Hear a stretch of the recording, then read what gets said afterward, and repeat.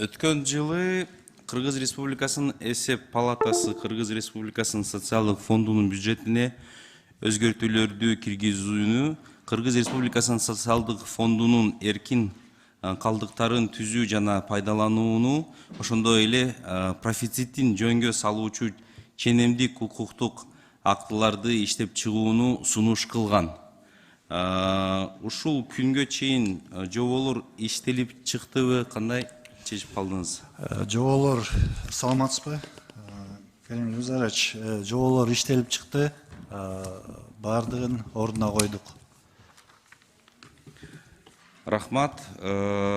Кийинки суроом ушул жылдын жыйынтыгына карата социалдык фонддун бош калдыктары барбы, жокпу? Эгер болсо, бул каражат эмне болот? Каражаттар менен. Карим Илюзарович, бул жерде бош акчалар былтыркы жылы билесиз, 2022 жылдын 1 октябрынан пенсияларды 33%га көтөргөнбүз. Быйыл ага жалпысынан былтыркы жылдын 3 айына 4 миллиард сом керектелди. Быйылкы жылга 16 миллиардка жакын акча керектелип атат. Быйылкы жылы 1 октябрдан дагы пенсияны көтөрдүк, 38%га көтөрдүк. Быйылкы жылы көтөргөнүбүзгө бул толугу менен пенсиялык фонддон көтөрүп атабыз. Бул жерде быйылкы жылга 3 миллиард 905 миллион сом керектелип атат. Кийинки жылга болсо 16 миллиарддын тегерегинде керектелип атат. Бизге ашыкча түшкөн акчалардын бардыгы ушу пенсия көтөрүүгө жумшап атабыз. Рахмат, Бахтияр Жеңишбекович. Андан кийин ушул социалдык фонддун бюджетинин профицити 11,058 миллион сом көлөмүндө күтүлүүдө. Ушул жагынан кайда багытталат да? Карим Илюзарович, мына биздики быйылкы көтөрүүгө 3 миллиард 905 миллион кошумча керектелип атпайбы? Могу көтөргөнүбүзгөчү. Кийинки жылы бул акча да кошумча керек болот да. Кийинки жылга почти 16 миллиард керек болот. Анан ошол көбөйтүүлөргө переход кылып колдонобуз. Рахмат.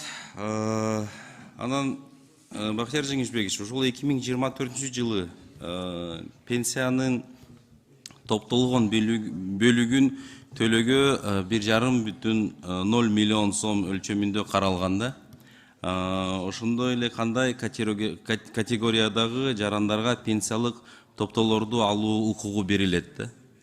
Ипотекалык кредит алуучулар, ушул катуу ооруга, анан кийин чалдыккан жарандар, оор ооруканалардар, ушул жагынан жарандарды пенсиялык каражаттарды топтоого ушул жерде кызыктыруу үчүн пенсиялык топтоолорду алуучулардын тизмеси толукталабы? Ушуну кыска жооп берип коюңузчу. Карим Илюзарович, бул боюнча биз 1,5 миллиард койдук кийинки жылга. Бул жана пенсияга чыккан учурда алынат, өзүңүз билесиз. Анан жана ипотека алганда ипотекасынын первоначальный взноска алат, анан ипотека боюнча кредит жапканга алат.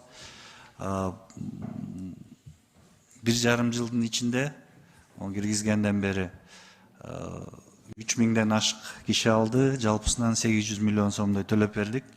Андан тышкары жыл сайын пенсияга чыккандар это основной. При наступлении страхового случая дейбиз. Пенсияга чыккан учурда көбүн алышат да.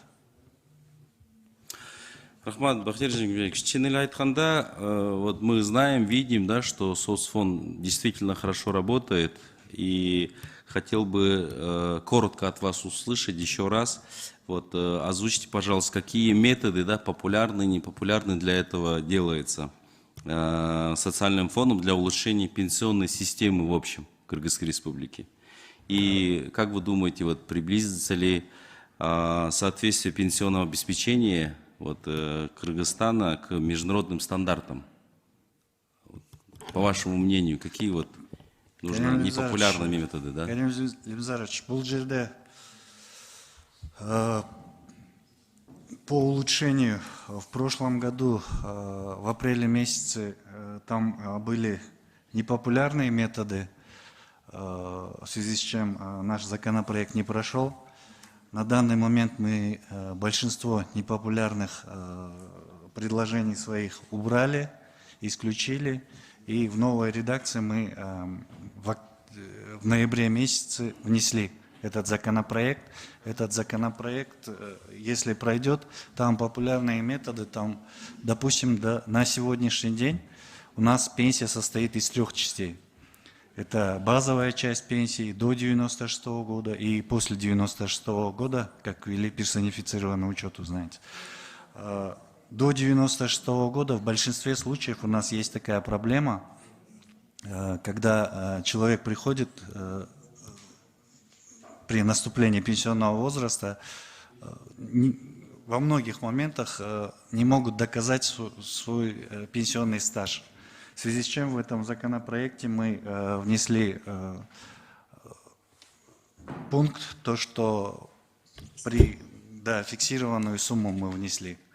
То есть за тот период мы документы просить не будем, человек при выходе на пенсию будет приходить с трудовой книжкой и с паспортом, он уже будет выходить на пенсию. Рахмат, я думаю, что, конечно, вы согласитесь с тем, что непопулярные методы, они более эффективные были бы, правильно? Да, они были бы эффективнее, но здесь тоже есть у нас предложение. Международный опыт, вы сказали, международный опыт мы по повышению пенсионного возраста мы использовать не будем. Допустим, вот Казахстан, Российская Федерация, даже Европа, возраст мужчин выхода на пенсию поднимает до 65 лет. Женский возраст поднимает до 63 лет. В Европе прям приравнивают мужской и женский возраст выхода на пенсию. Мы возраст выхода на пенсию 58-63 оставляем, мы не поднимаем этот возраст.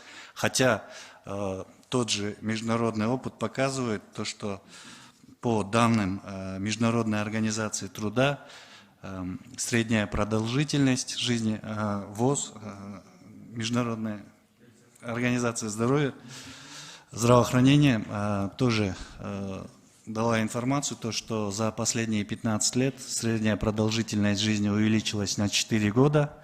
Также и в Кыргызстане этот возраст увеличился. Если взять вот последние 20 лет назад у нас старше 80 лет было всего более 2000 человек. На сегодняшний день 58 тысяч человек у нас старше 80 лет есть. Средняя продолжительность жизни у нас увеличивается.